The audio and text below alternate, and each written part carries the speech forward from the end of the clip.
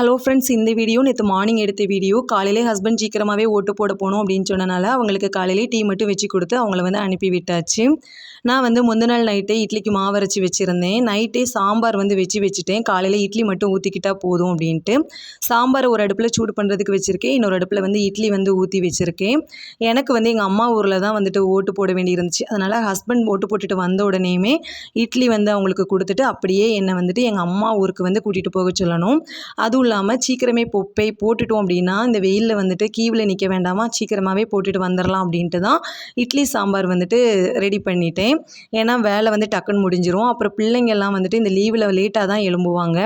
அம்மா வீட்டுக்கு பாட்டி வீட்டுக்கு போகலாம் அப்படின்னு சொன்னோடனேயுமே பிள்ளைங்களுமே சீக்கிரமாகவே எழும்பி அவங்களுமே கிளம்பிட்டாங்க. காலையில் எழும்பின உடனேயுமே பிள்ளைங்க டிஃபன் சாப்பிட மாட்டாங்க, கொஞ்சம் லேட்டாக தான் சாப்பிடுவாங்க. அதனால் அவங்களுக்கு டீ மட்டும் கொடுத்துட்டு இட்லி எங்கள் அம்மாவுக்கு எனக்கு பிள்ளைங்களுக்கு எல்லாமே ஒரு பாத்திரத்தில் வச்சு கொண்டு போயிட்டேன். ஹஸ்பண்டுக்கு மட்டும்தான் வீட்டில் வச்சு கொடுத்துருந்தேன். ஏன்னா அங்கே போய் சாப்பிட்டுக்கலாம். ஏன்னா பிள்ளைங்க காலையிலே கொடுத்தோம் அப்படின்னா சாப்பிடவே மாட்டாங்க, எனக்கு தெரியும். அங்கே போய் சாப்பிட்டுக்கலாம் அப்படின்ட்டு எடுத்துகிட்டு போயிட்டேன்.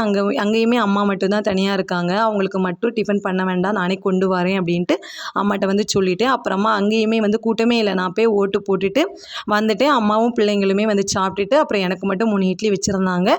நான் ஓட்டு போட்டுட்டு அதை சாப்பிட்டு முடிச்சுட்டேன். இந்த வீடியோ பிடிச்சினா லைக் பண்ணுங்கள்.